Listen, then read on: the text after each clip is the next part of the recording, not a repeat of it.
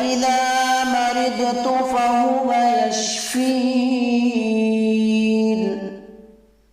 قُلْ هُوَ لِلَّذِينَ آمَنُوا هُدًى وَشِفَاءٌ.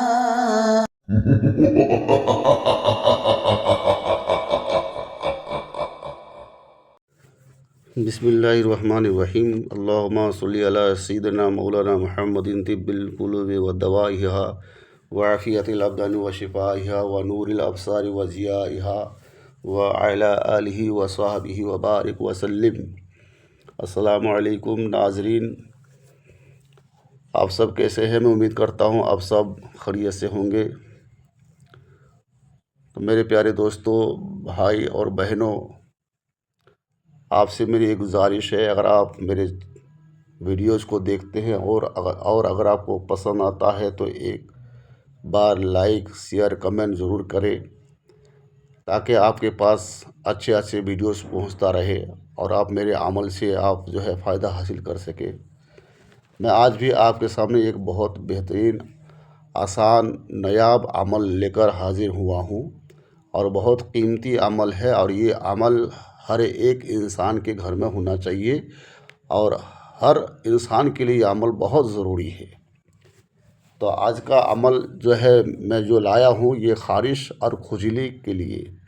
یہ خارش کھجلی جو ہے یہ ایک بہت ہی موذی بیماری ہے، اور اس کو چھوت کی بیماری بھی بولتے ہیں۔ مطلب یہ ہے کہ اگر یہ بیماری گھر کے کسی ایک فرد کو ہو تو یہ بیماری ساری افراد کو جو ہے پکڑ سکتی ہے، یا پھر ایسے آدمی کے پاس اگر کوئی دوسرا آدمی لیٹ جائے تو اسے بھی یہ بیماری جو ہے پکڑ سکتی ہے۔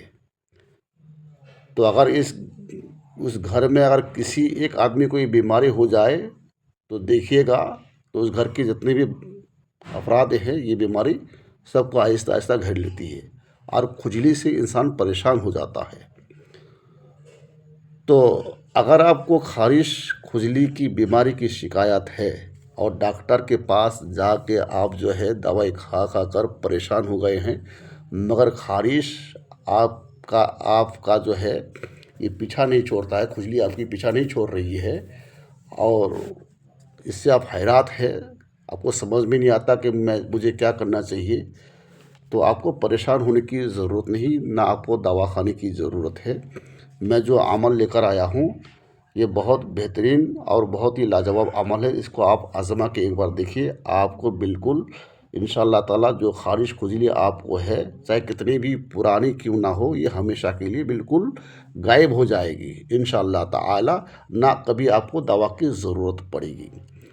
تو عمل یہ ہے، سورہ الطارق 30واں پارہ کا یہ سورہ ہے جو آپ اسکرین پہ دیکھ رہے ہیں۔ تو اسی سورت کو جو ہے 7 بار پڑھ کر روغن کنجد یعنی تل کے تیل میں پڑھ کے دم کرنا ہے، اور اول آخر 3 دن بعد درود شریف پڑھنا ہے۔ اگر آپ کو درود شفا یاد ہے تو زیادہ بہتر ہے، ورنہ کون سا بھی درود آپ پڑھ سکتے ہیں۔ اور آپ کو خود یاد ہے تو یہ عمل آپ خود کر سکتے ہیں۔ اگر آپ قرآن شریف پڑھنا اگر آپ کو آتا ہے تو قرآن شریف سے دیکھ کے بھی آپ پڑھ سکتے ہیں۔ اگر آپ کو قرآن شریف پڑھنا نہیں آتا ہے تو محلے کے امام صاحب سے بھی یہ عمل کروا سکتے ہیں، یا بھی کوئی مولانا ہے ان سے بھی پڑھ کر دم کرا سکتے ہیں۔ انشاءاللہ تعالیٰ یہ عمل کر کے دیکھیے، آپ کو نہ دوا کی ضرورت پڑے گی، نہ اور کوئی چیز کی آپ کو ضرورت پڑے گی، یا نہ پھر آپ کو کوئی دوسرے عمل کی ضرورت پڑے گی۔